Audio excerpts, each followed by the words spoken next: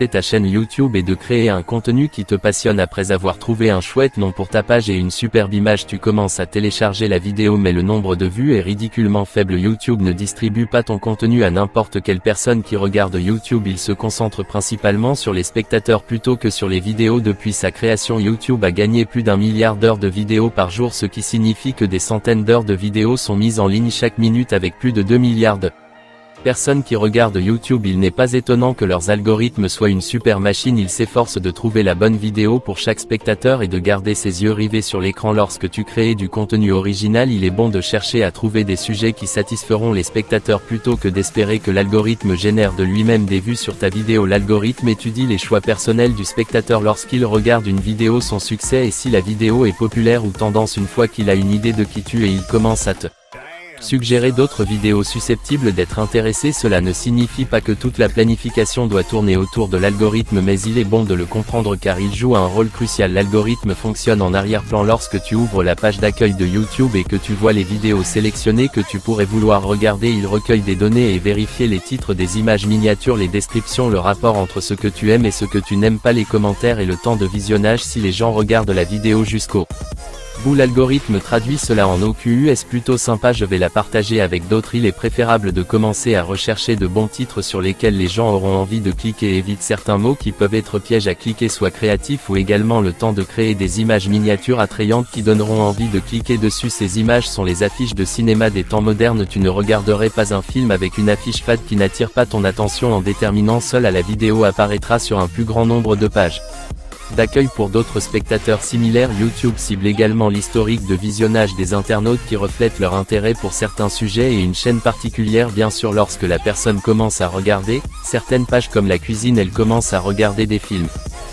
La page d'accueil affichera plus de contenu lié au film et très peu sur la cuisine. Il est donc important d'avoir un bon contenu qui se distingue parmi les milliards de vidéos existantes. Les vidéos suggérées à regarder ensuite font également partie de l'algorithme, mais elles fonctionnent différemment. À présent, YouTube a en partie compris que l'algorithme peut te montrer des vidéos qui vont souvent ensemble, des sujets connexes et des vidéos que le spectateur a regardées dans le passé. D'un point de vue technique, l'algorithme suggère des vidéos qui ont de bonnes performances et de bons taux d'intérêt. Il affiche également les autres vidéos de ta chaîne qui ont bien fonctionné pour que les spectateurs puissent les voir. Un bon moyen d'inciter ton public à rester à l'écouter et de lui dire de regarder la vidéo suivante dans une espèce de série. Si ces vidéos ont bien marché, il est possible d'attirer davantage de spectateurs de manière naturelle. Il est important de créer un grand nombre de vidéos avant de lancer ta page afin d'avoir une liste énorme de vidéos que les gens pourront regarder. Pensez-y comme si tu allais dans un restaurant et que tu le voyais vide. Notre esprit nous dira que cet endroit est mauvais puisqu'il est vide. Il appliquera le même raisonnement à ta chaîne. Crée des suites vidéo comme des séquelles ou des préquels est également un bon moyen de maintenir l'intérêt de ton public, mais veille à le faire à temps, sinon l'intérêt des gens se portera ailleurs. Il est utile d'avoir une fin attractive pour que les gens puissent regarder jusqu'à la fin et voir les vidéos suggérées qu'ils apparaissent sur l'écran de fin. Tu peux utiliser des listes de lecture, des liens, des cartes, etc. Lorsque tu tapes une vidéo dans la barre de recherche, celle-ci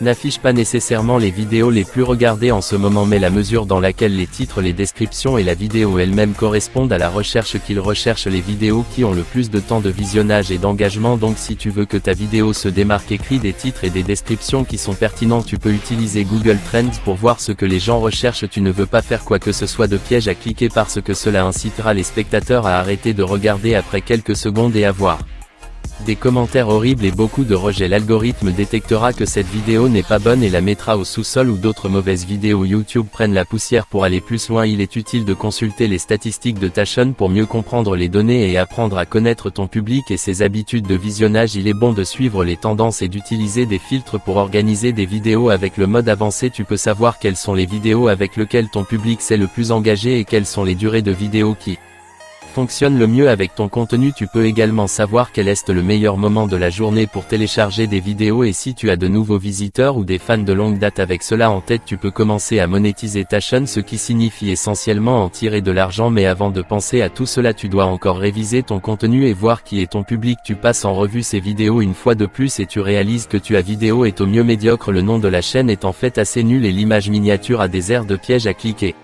Je recommence à zéro et tu crées de nouvelles vidéos en les améliorant. Après un certain temps, certaines de tes vidéos obtiennent plus de vues et de j'aime. Tu atteins tes premiers 10 000 abonnés, mais au bout d'un moment tu te rends compte que ta page a perdu de son intérêt. Les dernières vidéos que tu as téléchargées étaient similaires aux précédentes et tu continues à faire les mêmes blagues encore et encore. C'est là que le vrai travail difficile commence. Après avoir maintenu la chaîne pendant plusieurs mois, tu décides qu'il est temps de revoir une partie de son contenu. Tu vérifies dans le mode avancé et tu vois quelques fans fidèles qui ne te quitteront probablement jamais, mais la plupart d'entre eux cliquent trop vite et se désabonnent. Tu peux commencer à faire de nouvelles choses comme collaborer avec d'autres youtubeurs qui produisent un contenu similaire. Peu importe que le youtubeur ait moins ou plus d'abonnés que toi. Ce qui compte, c'est que vous initiez vos forces pour créer un contenu unique qui sera mémorable et divertissant. Cela attirera davantage de téléspectateurs d'un public différent sur la chaîne. Après la collaboration, tu réalises pourquoi ton contenu est devenu ringard. Tu commences à faire des changements dans le montage, l'animation, la musique, les miniatures et même à inclure certains youtubeurs célèbres de ta ville. Tu découvres que le nombre d'abonnés est monté en flèche et que tu es devenu plus populaire.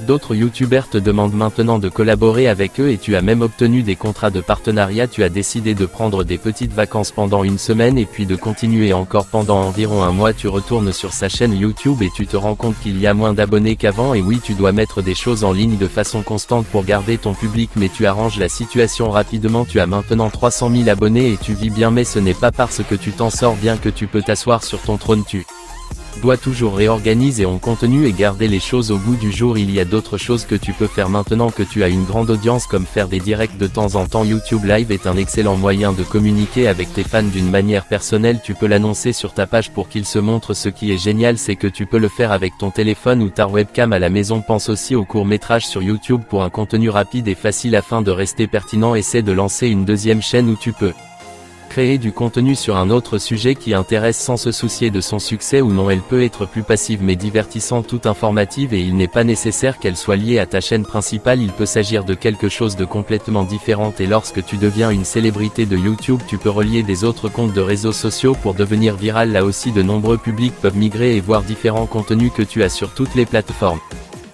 Peut-être que ta page Instagram est plus personnelle et montre un aperçu de ta vie. Une fois que tu as atteint un grand nombre d'abonnés, tu peux commencer à créer des produits originaux ou merch et les promouvoir sur tes pages. Il n'est pas nécessaire de vouloir en mettre plein la vue, mais il est bon de les présenter et même de collaborer avec d'autres entreprises qui aident à créer ces produits. Qui sait, ces produits peuvent être très précieux et tu peux potentiellement créer un empire avec eux. Le plus important est de connaître son public et de s'amuser en même temps.